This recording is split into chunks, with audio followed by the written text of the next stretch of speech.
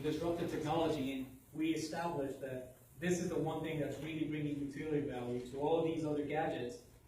This is going to be the disruptive technology that's going to bring value for future generations, for businesses and processes, and you name it. We're going to get into some of that.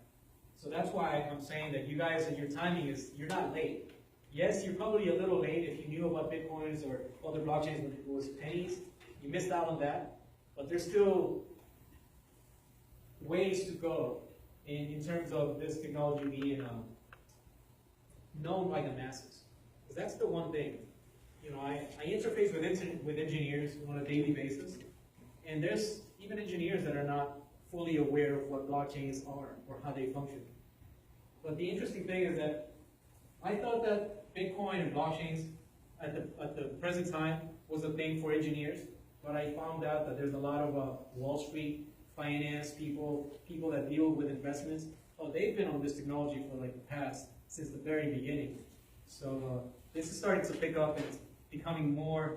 My vision, once again, like I said, is to get Orlando to have this awareness, and so we can grow the community. So let's talk about the history of blockchains. So Bitcoin was the first successful deployment of blockchains. Like I mentioned before, this was an idea that started out way in the 80s.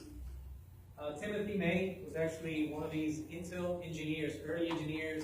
He had a lot of discoveries, and he had a vision for creating this type of cryptographic anarchy, as he called it. You know, a city or a way or community where you would be able to transact without the need of banks, third parties.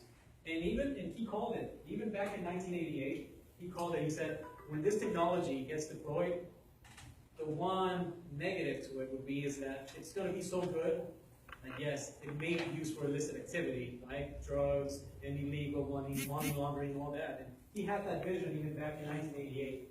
That's one of the first things that I have to whenever I speak with people is they have this association. Bitcoin equals illegal activity. And then I try to educate. It's like saying cars. Cars have been used for like getaway crimes. Should we say cars are illegal? You know, cars are only used for illegal purposes. No, cars provide transportation. They take us from point A to point B. So it's a little unfair to say that cars are illegal because they've been used